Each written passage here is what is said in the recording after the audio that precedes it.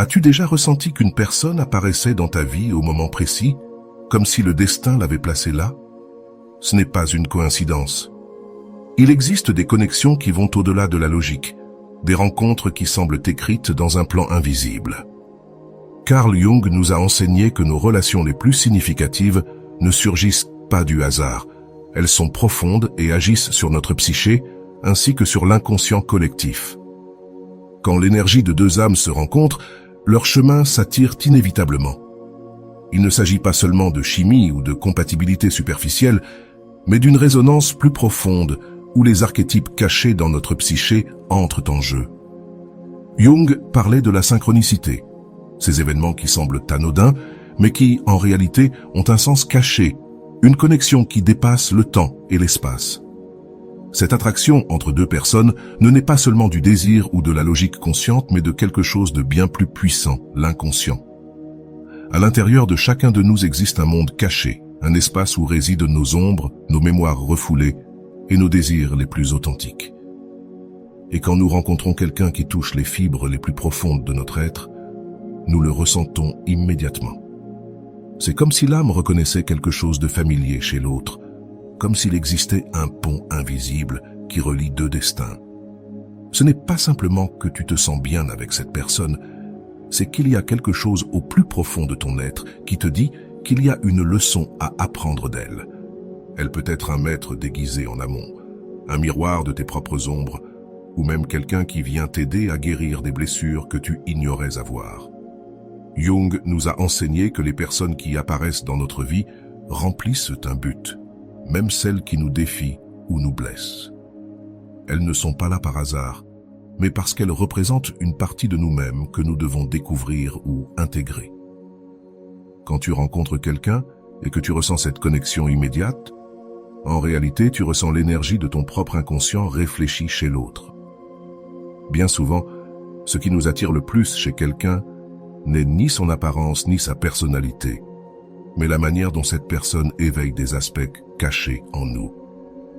C'est pour cela que certaines relations semblent inévitables, comme si une force invisible nous poussait vers elles.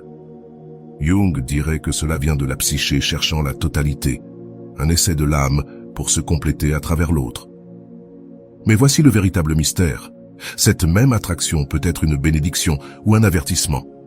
Car, tout comme l'inconscient nous guide vers la croissance, il peut aussi nous entraîner à répéter des schémas destructeurs. T'es-tu déjà demandé pourquoi, parfois, tu te sens attiré par des personnes qui finissent par te faire du mal? Pourquoi retombes-tu dans les mêmes types de relations encore et encore? Jung nous dirait que ce n'est pas une coïncidence, mais le résultat de blessures non guéries cherchant à se résoudre dans nos relations. L'inconscient projette chez les autres ce que nous n'avons pas encore reconnu en nous-mêmes. Si tu portes en toi la peur de l'abandon, de l'insécurité ou des blessures du passé, tu attireras des personnes qui reflètent ces mêmes blessures. Non pas parce que le destin est cruel, mais parce que ta psyché essaie de guérir par la répétition. C'est comme si l'univers te plaçait devant un miroir pour que tu affrontes enfin ce que tu as évité. Mais si tu n'en as pas conscience, tu te retrouveras pris dans un cycle de douleur sans comprendre pourquoi tu continues à subir la même chose. C'est pourquoi les relations les plus profondes n'apportent pas seulement du bonheur. Elles révèlent aussi nos ombres. Jung nous a enseigné que le véritable amour n'est pas seulement une source de plaisir, mais aussi un chemin d'auto-découverte.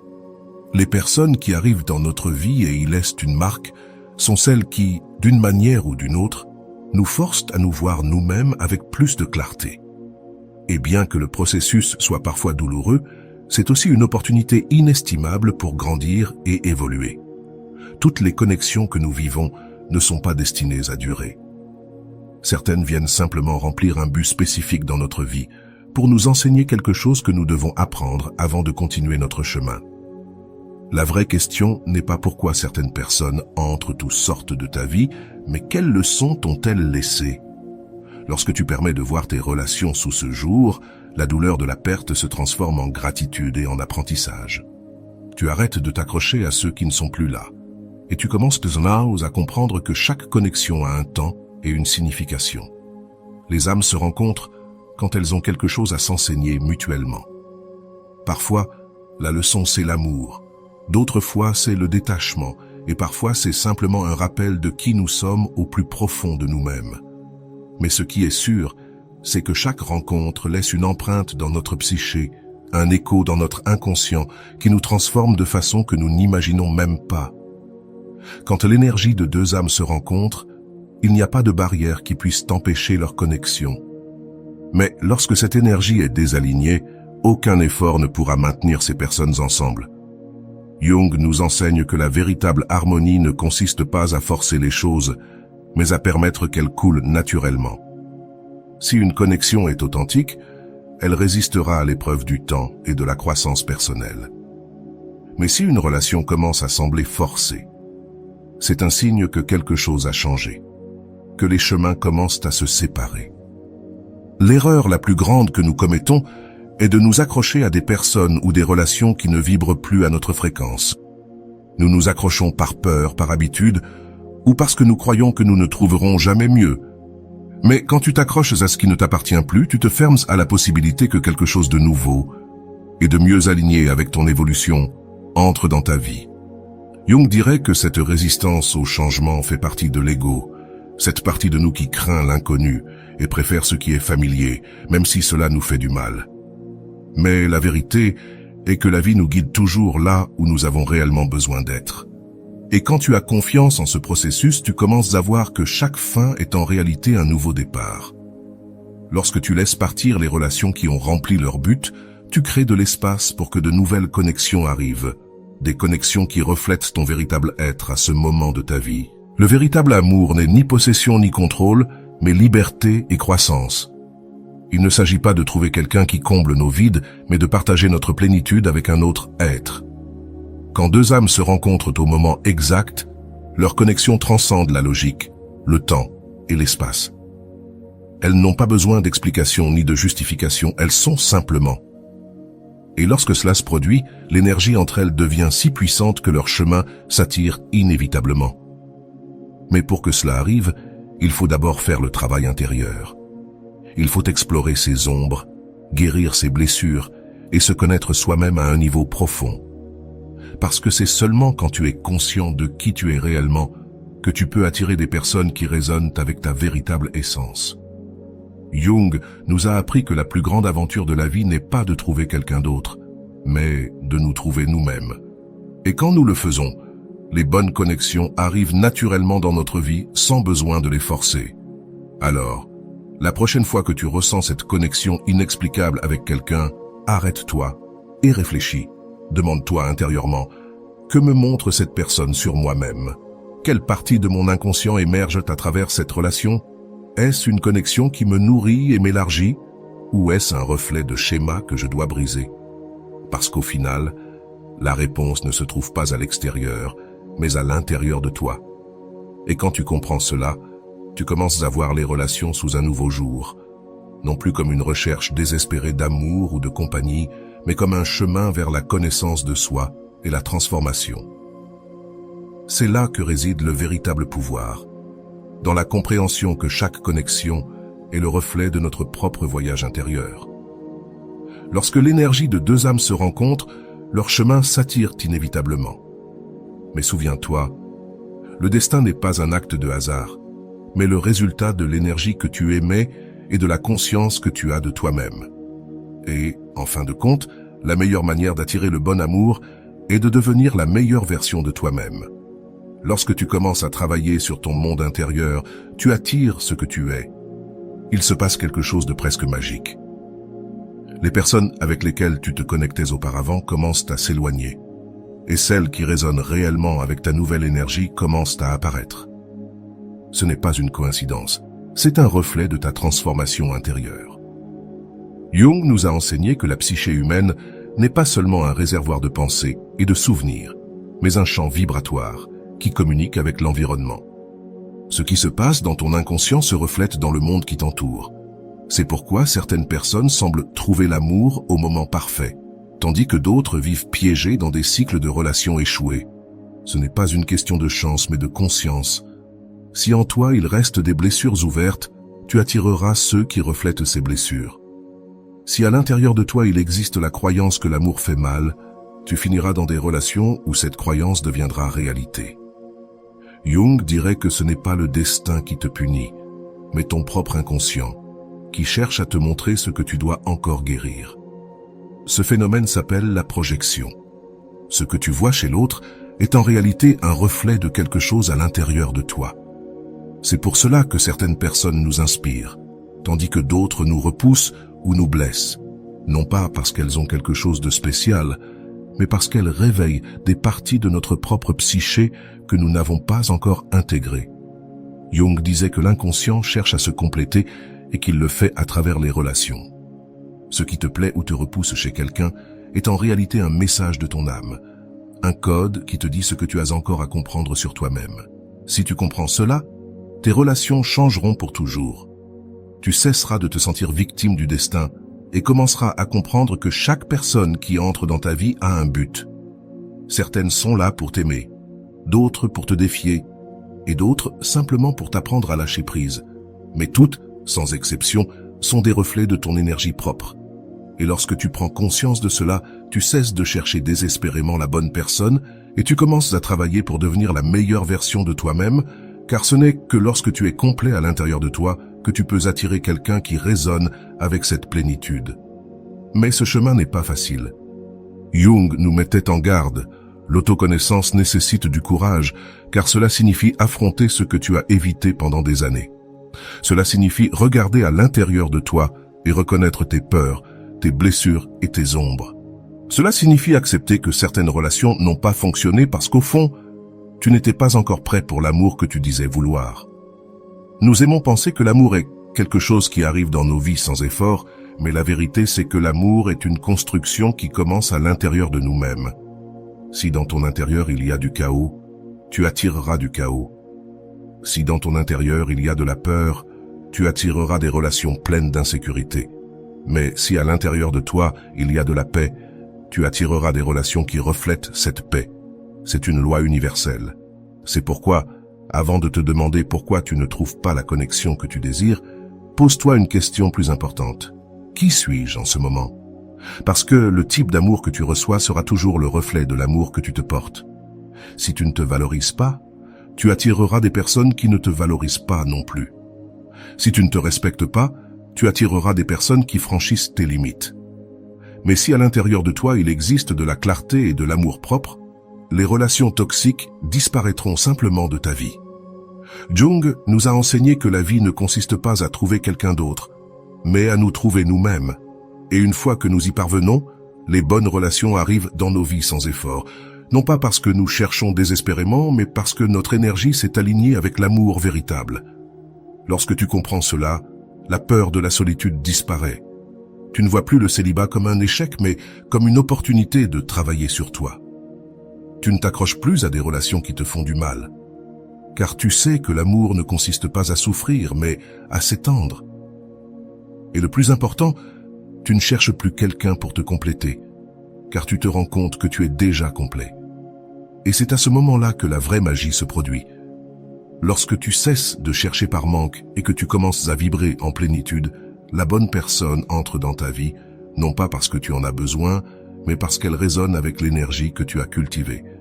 C'est pourquoi de nombreuses personnes trouvent l'amour lorsqu'elles cessent de le chercher. Ce n'est pas une coïncidence, c'est la loi de l'attraction à son niveau le plus profond. Jung disait que les relations les plus significatives sont celles où deux personnes s'aident mutuellement à évoluer. Il ne s'agit pas de dépendre ni de combler des vides, mais de partager un chemin de croissance. Et lorsque deux âmes qui ont travaillé sur elles-mêmes se rencontrent, le lien qu'elles créent est incassable. Il n'y a pas de peur, il n'y a pas de manipulation, il n'y a pas de jeu. Il y a seulement de l'authenticité et de l'amour dans sa forme la plus pure. Mais pour arriver là, tu dois d'abord faire le travail intérieur. Tu dois guérir tes blessures, faire face à tes ombres et apprendre à t'aimer tel que tu es, car ce n'est que alors que tu seras prêt à recevoir l'amour que tu mérites vraiment. La prochaine fois que tu ressentiras une connexion profonde avec quelqu'un, demande-toi, cette personne reflète-t-elle mon évolution ou mes blessures? Est-ce une relation basée sur la croissance ou sur la répétition de vieux schémas? La réponse à ces questions te montrera si ce lien est une bénédiction ou une leçon déguisée. Car au final, Le destin n'est pas un mystère inexplicable, mais une conséquence de ce que tu es à l'intérieur de toi. Et lorsque tu te transformes de l'intérieur, tout autour de toi commence à changer, y compris, et surtout, les personnes qui arrivent dans ta vie. Lorsque deux âmes qui sont au même niveau vibratoire se rencontrent, il y a un sentiment de familiarité, de foyer. Ce n'est pas une simple attraction physique ou émotionnelle, c'est quelque chose de plus profond, comme si quelque chose en l'autre éveillait une vérité qui a toujours été en toi. Jung l'appellerait une rencontre avec l'anima ou l'animos, les aspects de l'inconscient qui représentent la part masculine ou féminine en nous. Tout au long de notre vie, nous croisons de nombreuses personnes, mais peu laissent une véritable empreinte. Ces rares personnes qui nous transforment n'apparaissent pas par hasard. Elles sont un reflet de notre propre psyché en évolution. Si tu es dans une phase de croissance, tu attireras quelqu'un qui propulsera cette évolution. Si tu as encore des peurs non résolues, tu attireras quelqu'un qui les reflètera. C'est pourquoi les connexions les plus intenses ne sont pas toujours les plus faciles.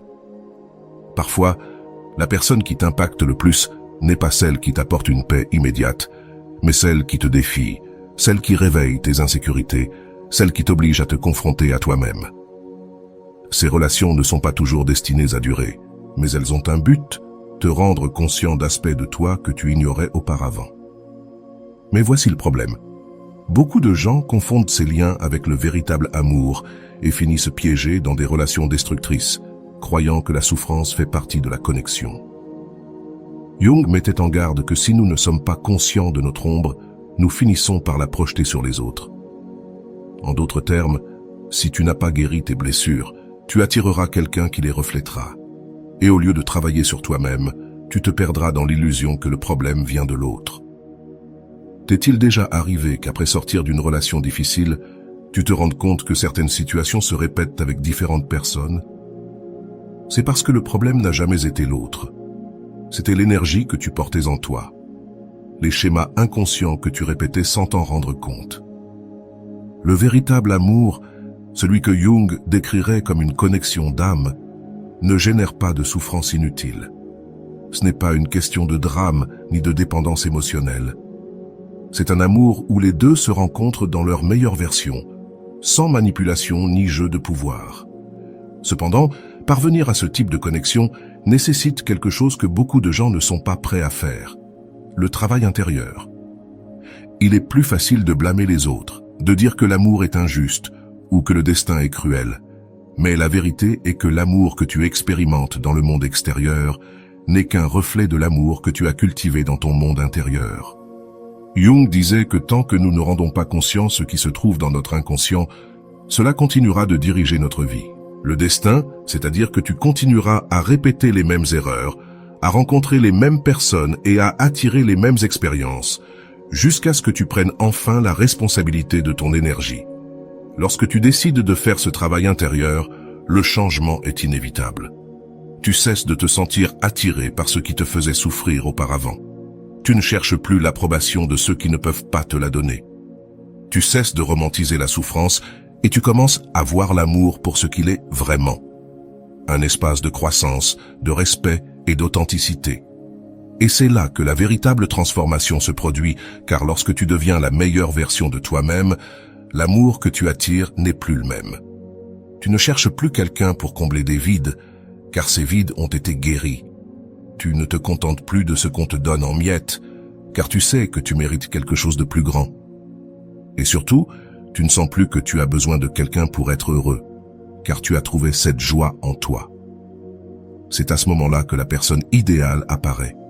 Pas parce que tu l'as cherchée désespérément, mais parce que tu es désormais en harmonie avec l'énergie qui attire l'amour que tu mérites vraiment. Mais pour arriver là, il y a quelque chose que tu dois comprendre. Toutes les âmes ne sont pas prêtes à se rencontrer. Parfois, même lorsque deux personnes ressentent une connexion intense, leurs chemins ne peuvent pas se croiser car elles ont encore des choses à apprendre séparément. Cela ne signifie pas que la connexion n'était pas réelle. Cela signifie simplement que le moment n'était pas le bon. Jung disait que l'univers a son propre rythme et que forcer une relation avant qu'elle ne soit prête ne fait qu'engendrer de la souffrance. Si deux âmes sont destinées à être ensemble, elles le seront éventuellement, mais seulement quand elles seront prêtes. En attendant, la meilleure façon d'honorer cette connexion n'est pas de s'accrocher par peur, mais de grandir individuellement pour que, si le destin les réunit, cela soit depuis un lieu de plénitude et non de manque. C'est là où beaucoup de personnes échouent. Elles restent bloquées dans le passé, espérant qu'une personne revienne, sans se rendre compte que le véritable chemin n'est pas en arrière, mais en avant. Il ne s'agit pas d'attendre que l'autre change, mais de changer toi-même. Parce que si la connexion est réelle, l'évolution de l'un entraîne également l'évolution de l'autre. L'amour n'est pas une question de chance, mais d'énergie. Il ne s'agit pas de poursuivre la bonne personne, mais de devenir la personne qui attirera cette connexion authentique. Si tu sens encore que l'amour t'échappe, la question n'est pas « quand quelqu'un arrivera-t-il pour moi ?» mais « qui dois-je devenir pour attirer quelqu'un qui soit en harmonie avec mon vrai moi ?» Et quand tu fais ce travail, quand tu t'alignes vraiment avec ton but et ton authenticité, la synchronicité entre en jeu. Jung disait que les coïncidences n'existent pas, mais que ce sont des résonances qui se manifestent au moment juste. Lorsque ton énergie change, l'univers répond. Les bonnes personnes apparaissent, les opportunités se présentent, et le plus important, les relations qui te blessaient auparavant n'ont plus de place dans ta vie. Voici le plus grand secret que Jung voulait que nous découvrions. L'amour ne se trouve pas, il se crée. Pas chez l'autre, mais en toi. Et quand tu le crées en toi, il se manifeste dans le monde extérieur comme par magie. Alors, arrête de chercher désespérément à l'extérieur. Arrête de poursuivre ceux qui ne peuvent pas te donner ce dont tu as besoin. Arrête de t'accrocher à des relations qui ont déjà rempli leur rôle. Au lieu de cela, regarde à l'intérieur. Travaille sur ton esprit, ton cœur et ton âme. Parce que lorsque tu deviens la meilleure version de toi-même, la bonne personne, celle dont l'énergie résonne vraiment avec la tienne, arrivera naturellement. Et quand deux âmes qui ont fait ce travail se rencontrent, il n'y a pas besoin de jeu, de souffrance ou de doute. Elles s'harmonisent simplement, car elles ont compris la vérité la plus profonde de l'amour, que ce n'est pas quelque chose que l'on cherche, mais quelque chose que l'on est. Quand tu comprends que l'amour n'est pas quelque chose que tu cherches, mais quelque chose que tu construis en toi, tout change. Tu cesses de voir les relations comme une nécessité et tu commences à les voir comme une extension de ta propre croissance. Il ne s'agit plus de trouver quelqu'un pour te compléter, mais de partager ta plénitude avec une autre personne. Mais cela n'est possible que lorsque tu as fait le travail intérieur, que tu as appris à reconnaître tes schémas, à guérir tes blessures et à te libérer des croyances qui t'ont limité pendant des années. Parce qu'au moment où tu comprends vraiment qui tu es et que tu t'alignes avec ta vérité, les bonnes connexions arrivent naturellement, sans besoin de les forcer ni de les poursuivre. C'est là que la vie te place dans des situations qui, avant, semblaient impossibles. Soudainement, tu commences à rencontrer des personnes qui résonnent avec ton énergie, celles qui t'élèvent, qui t'inspirent et qui t'aident à grandir, non parce que l'univers a changé, mais parce que tu as changé. Tu ne vibres plus dans la peur, ni dans le manque, mais dans la confiance et l'authenticité. Et c'est dans cet état que les rencontres les plus significatives se produisent, où deux âmes se reconnaissent, non par besoin, mais par liberté. Non parce qu'elles se complètent, mais parce qu'elles se renforcent mutuellement. Mais voici quelque chose d'important à se rappeler. Toutes les connexions ne sont pas destinées à durer éternellement, et c'est bien ainsi. Certaines personnes arrivent dans ta vie juste pour te montrer un nouveau chemin, pour t'enseigner quelque chose que tu dois apprendre avant de passer à autre chose. Et quand tu comprends cela, la peur de la perte disparaît. Tu ne souffres plus quand quelqu'un part parce que tu sais que tout a un but. Tu ne t'accroches plus à des relations qui te font souffrir parce que tu sais que le véritable amour n'est ni douleur, ni sacrifice, mais croissance et harmonie. Et le plus important, tu ne vois plus la solitude comme quelque chose de négatif, mais comme une occasion de continuer à te découvrir. Alors, si en ce moment, tu as l'impression de ne pas trouver la personne idéale, arrête de chercher à l'extérieur et commence à regarder à l'intérieur. Demande-toi, suis-je prêt pour la connexion que je désire? Ai-je suffisamment travaillé sur moi pour attirer quelqu'un qui résonne vraiment avec mon énergie? Ou est-ce que je continue à répéter des schémas du passé sans m'en rendre compte? Parce que la vérité, c'est que tu n'as pas besoin de trouver quelqu'un d'autre pour te sentir complet. Tu as besoin de te trouver toi-même, et lorsque tu le feras, l'amour arrivera comme une conséquence naturelle de ta transformation. Maintenant, je veux te poser une question. As-tu déjà vécu une connexion si forte avec quelqu'un que tu as ressenti que ce n'était pas une coïncidence? Penses-tu que nos relations sont le reflet de notre état intérieur? Laisse-moi ta réponse dans les commentaires, car je veux savoir ce que tu en penses. Et si ce message a résonné en toi, partage-le avec quelqu'un que tu penses avoir besoin de l'entendre. Peut-être y a-t-il quelqu'un en ce moment qui a besoin de comprendre pourquoi il continue à attirer les mêmes types de relations ou pourquoi certaines personnes entrent et sortent de sa vie. Ensemble, nous pouvons aider plus de personnes à s'éveiller et à transformer leur manière de voir l'amour et les connexions humaines. Si tu ne l'as pas encore fait, abonne-toi à la chaîne et active la cloche pour ne pas manquer les prochaines vidéos. Ici, nous explorons les mystères de la psyché, de l'inconscient et du pouvoir que nous avons pour transformer notre réalité. Ton soutien est essentiel pour que ce message atteigne plus de personnes. Alors laisse ton commentaire, donne un like et partage ce contenu. Rappelle-toi, lorsque l'énergie de deux âmes coïncide, leur chemin s'attire irrémédiablement. Mais avant cela, tu dois t'assurer que ton énergie à toi est alignée avec ce que tu désires vraiment. L'amour n'est pas une question de chance, mais de conscience. Et quand tu commences à vivre avec conscience, tout autour de toi commence à changer. Merci d'être ici, de faire partie de cette communauté et de t'autoriser à explorer les recoins les plus profonds de ton esprit et de ton âme. On se voit dans la prochaine vidéo. À bientôt.